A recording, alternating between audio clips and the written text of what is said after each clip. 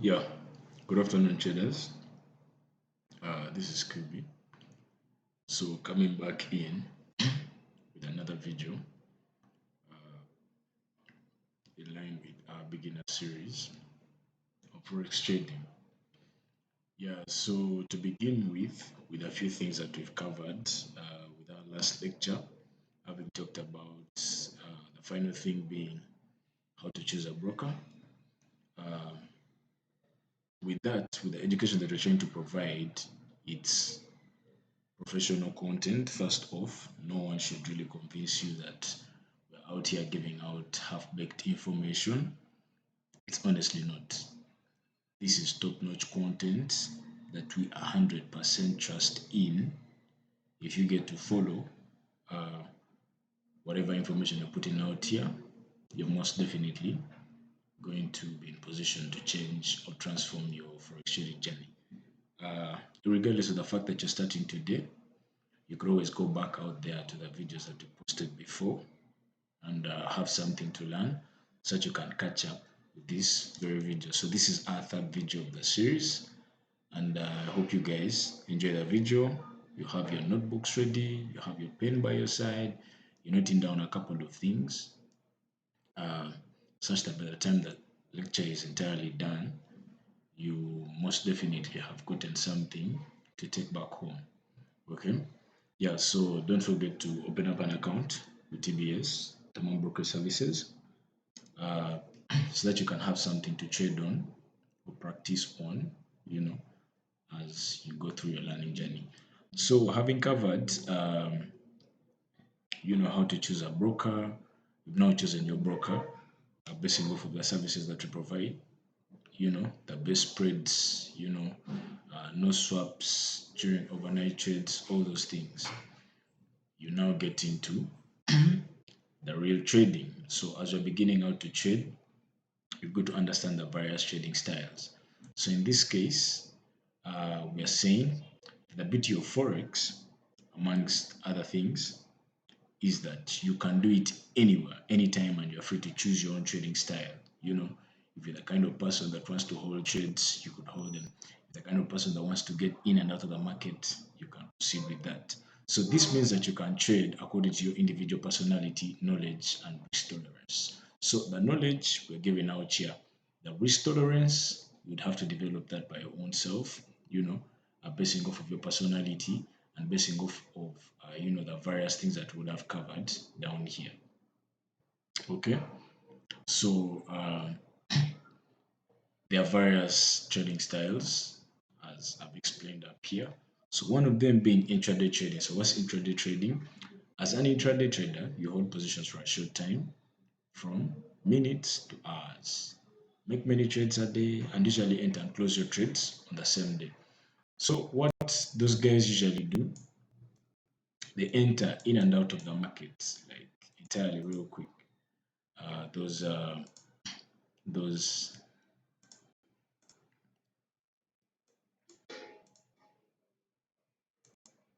intraday traders, they are trading within the same day. Okay, they may hold trades for a certain number of pips. It could be, let's say, up to around you know around 30 pips or even more. We'll get to understand whatever pip is as we proceed. So those guys don't necessarily hold trades for so long. They enter positions within the same day and close within the same day. So aside those, we do have swing trading or swing traders.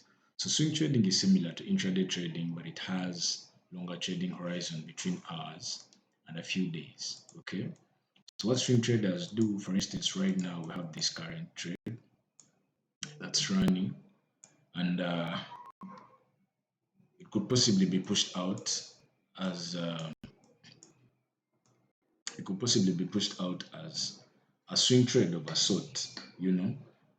This trade could vary from a couple of hours to days. So if we try to look into this for price to move from this specific point onto this point, so within a period of about 2 days, you could see this. These are called candlesticks. Okay, we'll get to look at them deeply. So this is some sort of like a swing trade. Okay. So that's some sort of like swing trade. Then the position trading. This means that someone can hold trades for a long time, from weeks to years. Okay. Now with that, we could go to a specific time frame. For instance, if we go to a weekly time frame, that means if someone bought from an area like this person can hold a trade right from this area up onto this area. But the time frame within which they're holding that trade is a weekly time frame. So that person gets to be called position trader. Then we have scalping. So scalping is very short term of trading. You can try to make many small profits during a single trading day. So for scalpers, unlike the swing traders, the intraday traders, you know, what scalpers really do is they be on smaller time frames. For instance, the 1 minute time frame. So what these guys are going to do, they're going to have they're going to have a very wide range of opportunities. For instance, these guys could have had trades here trying to sell, the market sold. They bought here, the market bought. The market sold, the market bought. So they're always on this time frame and they're making money literally throughout the whole entire day. But they don't really stay long in their positions. They could enter a position and have a maximum of even up to close to 1 hour, okay, or 10 minutes. It can always vary. Yeah, so if we are to proceed, we are to proceed,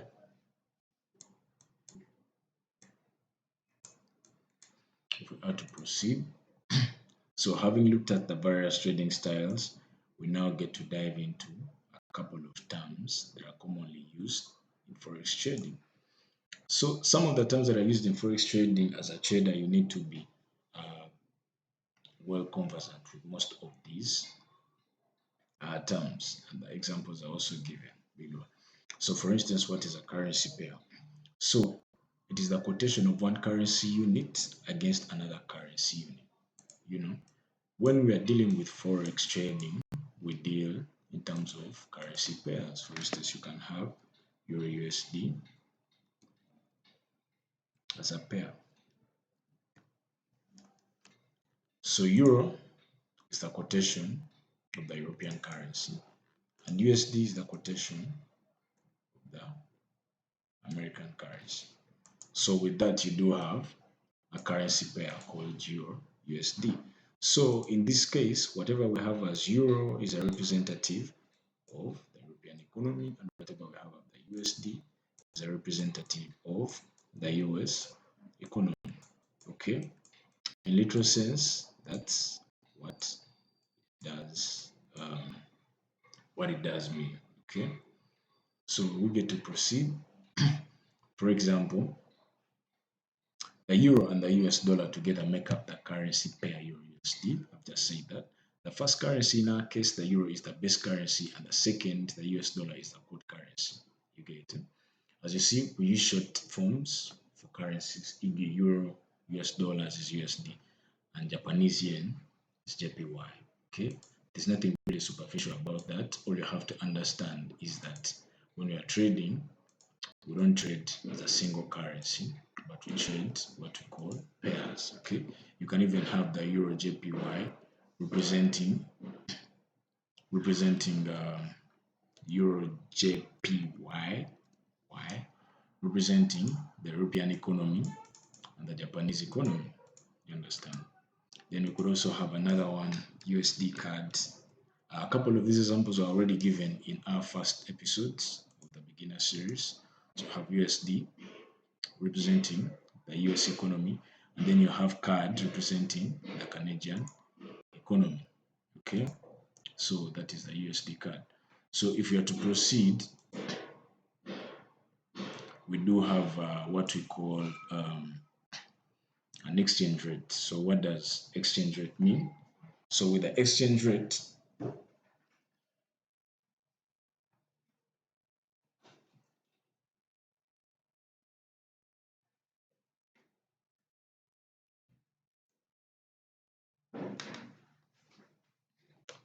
So with the exchange rate, it's the rate at which you exchange one currency for another. The exchange rate shows you how much of the quote currency you need if you want to buy one unit of the base currency. Okay, for example, Euro USD is equal to 1.3115. This means that 1 euro, the base currency in this case, we discussed most of these things previously, is equal to 1.3115 US dollars. The quote currency, now take a quick peek at how the euro is doing against the Japanese yen. For 1 euro, can get 106.53 Japanese yen. Okay, so euro JPY or euro to JPY is equal to 106.53. Okay, so when you realize that a certain currency is weak, you can choose to wait for it to get a little bit stronger or high in terms of price before you get to purchase it. You understand?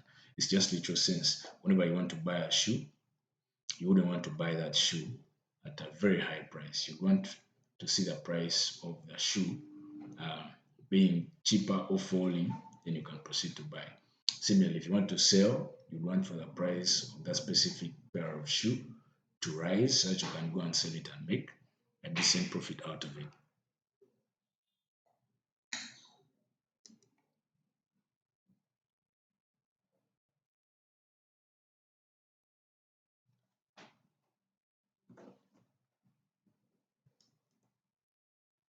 Then as we proceed, we'll be looking to what we call a pip. So a pip is the smallest price change of a given exchange rate. Okay? Are you a visual type? Here's an example. If the currency pair Euro USD moves from 1,251, okay, 1.2551, that is a 1 pip movement, or a move from 1.2550 to 1.255 is a 5 pip movement. So we get to see it like that.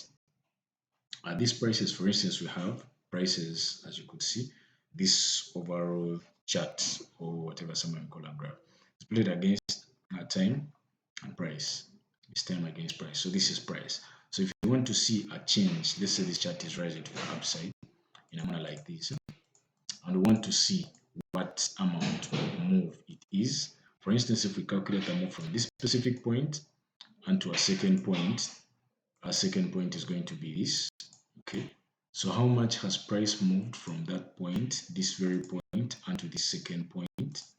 Okay, how do we get to know that? We'll get to measure. Okay, for instance, here it is showing us that those are 222 pips. How do we get 222 pips?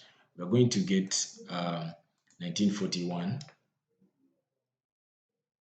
1941.212, and we subtract from 1943.444. So this is a minus. Then we get the answer. So that's going to be 1943.444 minus 1941.212. Okay, so we'll be getting something like 2.32. Now this 2.32 is what you're seeing this side, but since this is the price of gold, those will be 200. In this case, it will be 232 pips. Here is showing 222 pips, because this tool here, this may not necessarily be at the same exact line as that line. So if you're trying to measure from here, this line all the way down to this line, is going to give us a 2.208. That means those are 228 pips. Similarly, if we get to measure how much price move of this move that I had predicted for a sell, this is a price chart of gold. It's quite different. So you have price starting from this point all the way down into this point. Okay. So if price does move from that point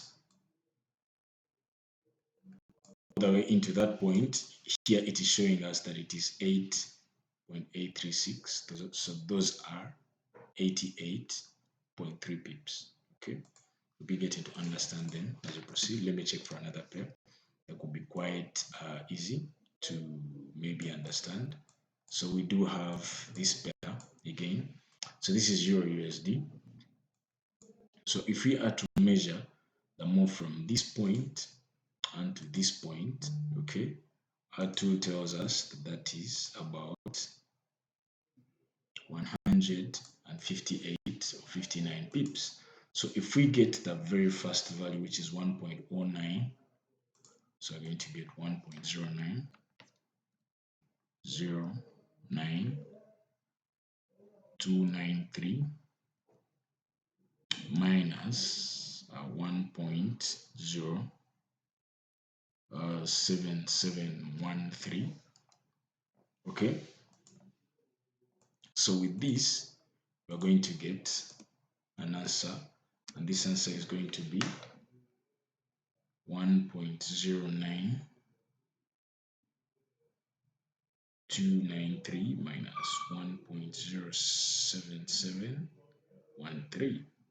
So it's going to give us an answer of 0.0158. So in literal sense, those are going to be 158 pips. Okay, you're subtracting. Now, there are various tools you can use to know the exact number of pips in case these decimal points confuse you. So you could use this tool, or you could even use the price movement tool.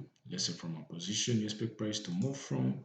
There's a short position from that area all the way to the downside into this area, and you have 159 pips denoted for you right there. So if we proceed into the next one, it's a lot. So what is a lot? So a lot here is telling us that Forex is traded in amounts called lots. One standard is greater than or has 100,000 units of the base currency, while a micro lot has 1,000 units of the base currency. Well, a micro lot has 1,000 units of the base currency. For example, if you buy one standard lot of Euro USD at 1.3125, you buy 100,000 euros and you sell 131,250 US dollars. So you just get to multiply this value by this, and then you get to have that answer. Okay.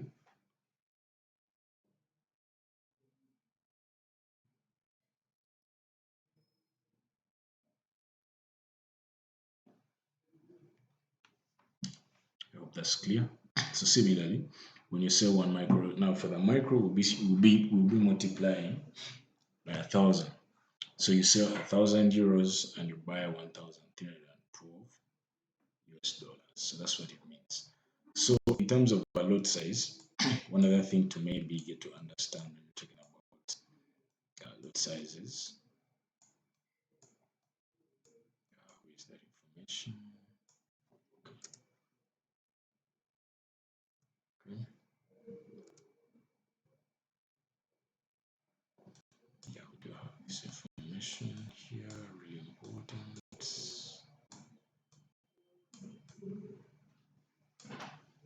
Okay. So in literal sense, in one other understanding where you can get to understand whatever a lot size is when you're trying to place positions into the market. So everybody has an account depending on what they can afford. Let's say your account has 1,000 US dollars and you're going to be trading. You would want to risk a certain percentage of this account while thinking of going to make money in the market. So you've studied everything, you've come to TBS, you've gotten the course and everything, and now you know how to trade. So you want to risk a certain percentage of your amount of money so that you can make money. So whilst trading, okay, there are various lots. There's a micro lot, which is at 0.01, literally, and then we have a standard lot, which is 1.0. So the recommended lot size to use while starting, let's say you have $1,000 account, would be, let's say 0.01. So with this 0.01, every position you're putting into the market, you're literally risking 0.01 of this whole account. So if it is 0.01 times $1,000, that means you'll be risking $10. Okay, that is close to 1% of that $1,000 account. Okay, so a 0.01 will always equal to 1% of your trading account. You understand? So whenever you come to trade in the Forex market and you're trading any specific account you have, it's always advisable for you to be risking close to 1%, because the moves you're looking at, if you analyze well, you've understood how to trade very well, you could make as much as more than 1%. Let's say you're going to trade and you're going to have a 2%, okay, of that account. So that means you risk 1% of this account with this lot size. So this is the lot size that we're talking about, the lot size. So the lot you used is 0.01. That's your lot size. Okay. And it amounts to 1% of your account. Your account is $1,000. So 1% of your trading account will be similarly equal to, $10. Of that $1,000 you have, 1% is just $10 of that account.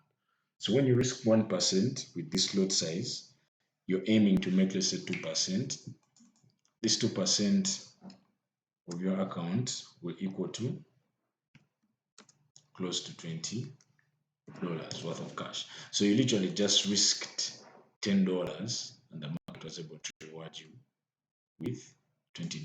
So if you continue with this practice of proper risk management, in most cases you're always going to win and you're in position to make some good money. If you risk your account aggressively, in most cases you may not necessarily make money, but rather lose your entire account and you'll have nothing to trade with. Okay? Yeah, the opportunities are always there in the market.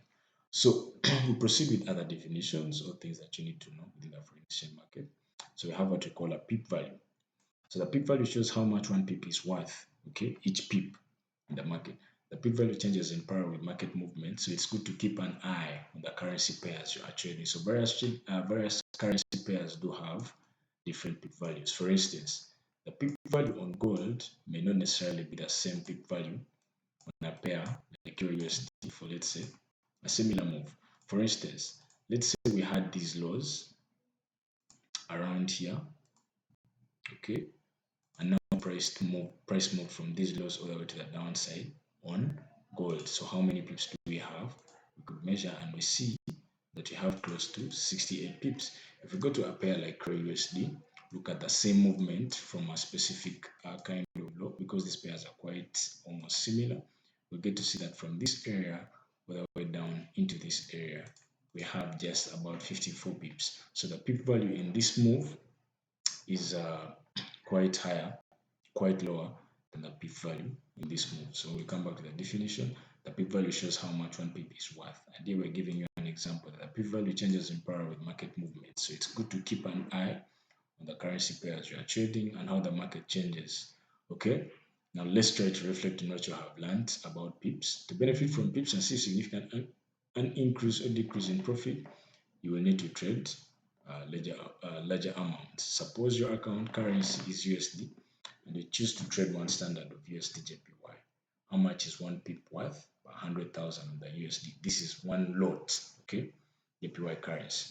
So the calculation formula is given as follows. So we are saying one pip, if we're using one standard, is equal to 100,000 times 0.01 JPY is equal to $1,000 if USD JPY is equal to 130.46, then that JPY will be equal to 1,000 US dollars. Okay, so you divide that by 130.46 of the JPY, you're most probably going to be getting $7.7. Therefore, the value of one pip in USD JPY is equal to one pip, the proper decimal placement times the amount times the exchange rate. So this one can be illustrated well in this kind of regard. So every time you're risking a certain percentage of your account, you're going to have what we call a lot size. Okay. Then you multiply that lot size times the number of pips. So we usually have lot size, it's right here, times the number of pips, because that explanation could be a little bit confusing. number of pips, then times what we call the average market value price. These things you're going to be understanding as time goes on. So the lot size we already looked into.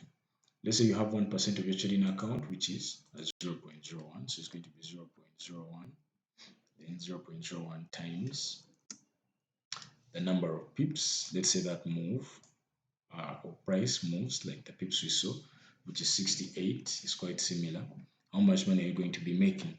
Then times the average market value price is usually 10. Then you'll be getting a value of 6.8. You'll be getting $6.8. Okay, so this right here is how much you're going to be getting. This explanation is quite similar to that one. Okay, yes, showing you 7.7, you'll be getting about 6.8. So whenever you're trading an account, let's say this account is of $1,000, $1,000. Okay, trading account, you're risking 1%. That 1% will amount to 0.01. It will be the lot size times the number of pips, how much the market moves in your direction. Let's say the market moves from point A to point B. Let's say this is point B, this is point A, and this is point B.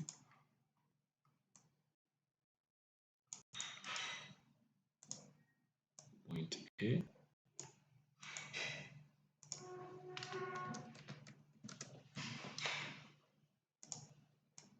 straight here is point A. Then you have this down as point B. So let's say if the market moves from point A to point B 0.8 and you sold with how many lot sizes? You use 0.01, 1% of your trading account is $1,000. So if the market sells and moves your way, so for instance, you could have put a short position, let's say from there into this area. Let's ignore the number that's on the move. We're supposed to have a stop loss, we'll be looking into that. So the market moves from point A to point B, and point A to point B is 68 pips away. The distance from this point to this point is 68 pips. So if the market moves from point A to point B and you use the loss of 0.01, which is 1% of your trading account, you'll be getting $6.8 if you use 0.01. So 0.01 times the number of pips the price has moved from point A to point B times the average market value of price is always going to be 10. Sometimes it could be 7, 9, but round it off and have 10. That's not a figure. So you're going to be making about $6.8. Okay. Then margin. So margin is usually what we term as how much money is in your trading account that you're ready to trade. Okay. We have a couple of other things here for you to understand as we proceed. So we have what you call, let me first explain margin. Any amount of money in your trading account, for instance, for this example, where we had $1,000, okay? Where we had $1,000 in our trading account, our margin is 1,000. This is how much money we have in our trading account, okay? It can vary, okay, or it can be depository. So if we deposit it into our trading account without trading, it's going to be what we call depository margin, okay? It's going to be depository margin. All right. So once we just deposit it. Now when we start trading, it's now going to be variable margin. When you start trading, the trade goes into some loss, it gets back into profit. It's varying, you understand? So that's going to be variable margin. Then the balance in most cases is always equal to the depository margin. Then the equity is the sum of, let's say, your variable margin and the balance. Let's say the variable margin is moving. Let's say you deposited $20 into your trading account. Okay, let's relate with 1,000. You deposited $1,000 into your trading account. Now the market is varying. It is going in a profit, is going in a loss. 1,001, 999. It goes back to 1,000, like that.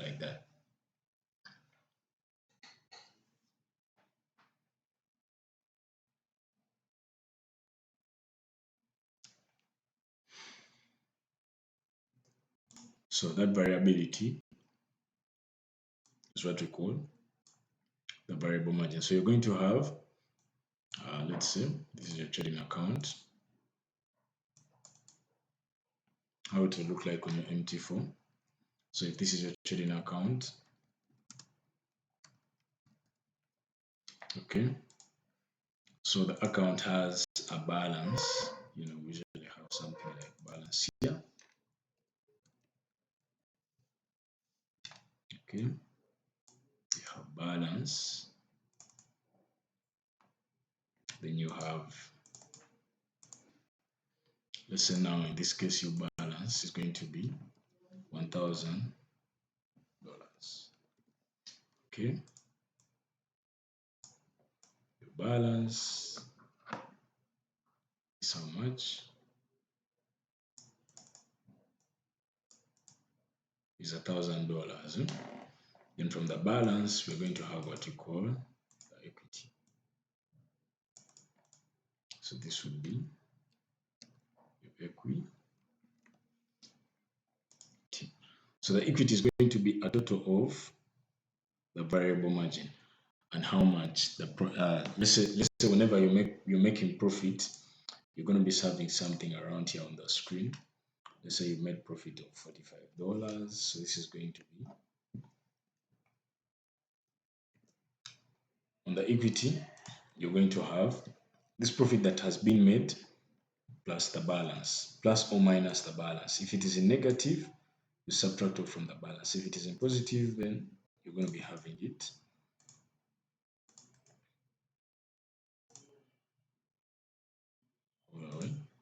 here. So this is going to be 1,045 $45. Okay, that's what your equity is going to be. So there's what we call the variable margin will necessarily be here, and what we call a margin percentage. Okay, the requirement that the broker needs for you to be in position to place a position. You shouldn't exceed it depending on what the broker has chosen. All right. So basically, those are some of the things. The rest of them you're going to be understanding as we proceed in our trading. Yeah, but I believe you have a notion about equity, the balance, the variable margin, and the position size calculation. Okay.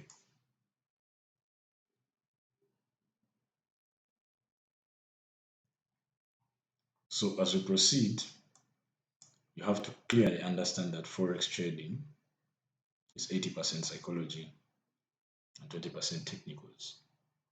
So psychology is entirely how you, you know, literally behave by yourself, how you treat yourself as a person. You understand? That's entirely psychology. Okay. In the technicals, you're going to be understanding what technicals are. So we move on to the next step, which is analyzing the Forex market. So we'll be looking at what technical analysis is. We'll be looking at what we call, this was supposed to be fundamental analysis. About that we have three forms of analysis generally. We have technical analysis. We have what we call fundamental analysis. Then we have what we call sentimental. Okay. So those are three forms of analysis that we'll be looking at: technical analysis, fundamental analysis, and sentimental analysis. All right. So before anyone can start trading, it is necessary to analyze and study the market first. We need to look at the different factors that are affecting prices and also examine what happened in the past that caused prices to move in a certain direction. So that's entirely trying to dive or try to relate around what technical analysis is. So if we proceed, technical analysis, the definition: a popular way of analyzing the market is through technical analysis. So what is technical analysis? This is the method. Sorry, this method uses charts to study price movements based on information from the past. Okay, we are basically looking at what price did in the past. For instance, on this chart, we have all this price movement. We could say this is the current time, and then all this is entirely our past. all this is entirely our past, all this is entirely our past. So we get to study at what price did previously so that it can help us identify wherever the market is going to be going, let's say from points like this. You understand? Okay. So we're saying this method uses just to study price movements based on information from the past. The purpose of technical analysis is to forecast the future direction of prices. We'll be looking at the various tools and techniques used in this type of analysis. Okay. So technical analysis, going a little bit deeper, as we summarize, we know, or we should understand, that technical analysts believe prices move in trends, and as such, their goal is to identify the existing trend and follow it. For instance, when you look at this price, our current or existing trend is the upward trend, or we could say the bullish trend. So we get to identify the current trend that the market is going over so that we can capitalize on it and find moves to trade with. Okay. Our role is to identify existing trend and follow it. This principle originates from the Dow theory. The three main trends of price action are up, down, and range. The market is either in an uptrend, a downtrend, or a sideways trend. This can maybe be illustrated in this kind of regard. A couple of things that we're going to be looking at. We have what we call one sideways trend. So the sideways trend, we believe the market is going to be moving sideways. Okay, so that is one. Then secondly, we do have what we call an uptrend. With an uptrend, the market is moving upwards or it's trending upwards. So this movement is going all the way to the upside. And the third one that we do have what we call a downtrend. Okay, so with a downtrend, the market is literally moving to the downside, something like that, something like that, something like that. Okay, with this just clearly something like this. So this is a downtrend. So we have three types of chain. So this one will be our downtrend. Okay, downtrend. Then you're going to be having this one as our uptrend. Then you're going to be having this other one as our sideways trend.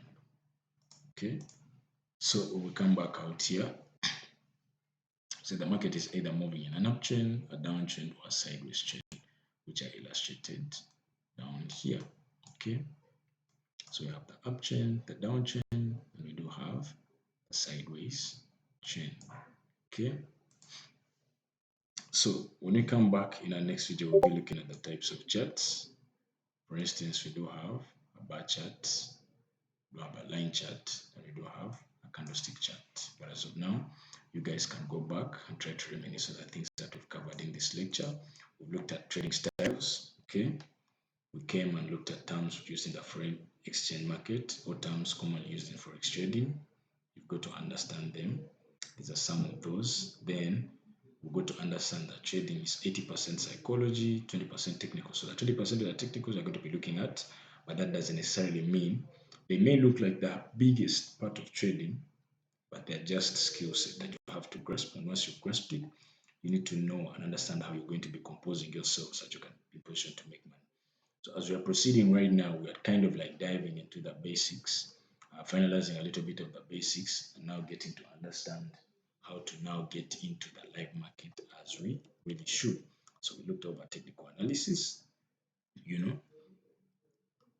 then the next time we're going to look at other forms of analysis after having looked at the chart, because with technical analysis we're basically looking at the chart, previous price action, or previous price behavior, so we can be in position to predict wherever the next direction of the market is going to be.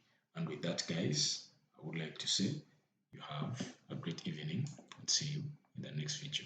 Thank you.